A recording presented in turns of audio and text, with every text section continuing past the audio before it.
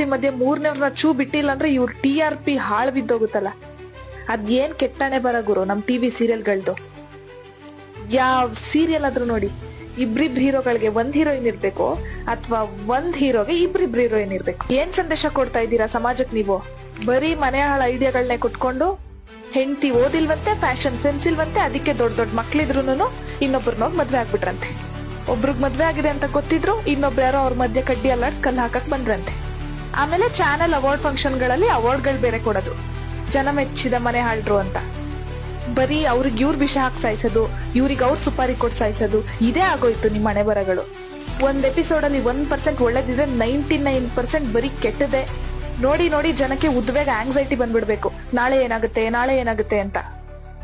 ಒಂದಷ್ಟು ಜನ ಮನೇಲಿ ಸೋಫಾ ಮೇಲೆ ಕುತ್ಕೊಂಡು ಇಂಥ ಸೀರಿಯಲ್ಗಳನ್ನ ನೋಡ್ಕೊಂಡು ನೆಗೆಟಿವ್ ಕ್ಯಾರೆಕ್ಟರ್ಗಳಿಗೆ ಶಾಪ ಹಾಕೋದ್ ಬೇರೆ. ಅವ್ರ ನೆಗದ್ ಬಿದ್ದೋಗ ಅವ್ರ ಹಾಳಾಗ್ಲಿ, ಹಂಗಾಗ್ಲಿ ಹಿಂಗಾಗ್ಲಿ ಅಂತ. ಸೀರಿಯಲ್ಗಳು ಕಾಲ್ಪನಿಕ ಹೌದು, ಆದ್ರೆ ಬರೀ ಎಂಟರ್ಟೈನ್ಮೆಂಟ್ಗೋಸ್ಕರಲ್ಲ, ಎಜುಕೇಟ್ ಕೂಡ ಮಾಡ್ಬೇಕು. ಪ್ಯಾರೆಂಟ್ಸ್ ಜೊತೆ ಮಕ್ಳು ಕೂಡ ಕುತ್ಕೊಂಡು ಸೀರಿಯಲ್ ನೋಡ್ತಾ ಇರ್ತಾರೆ.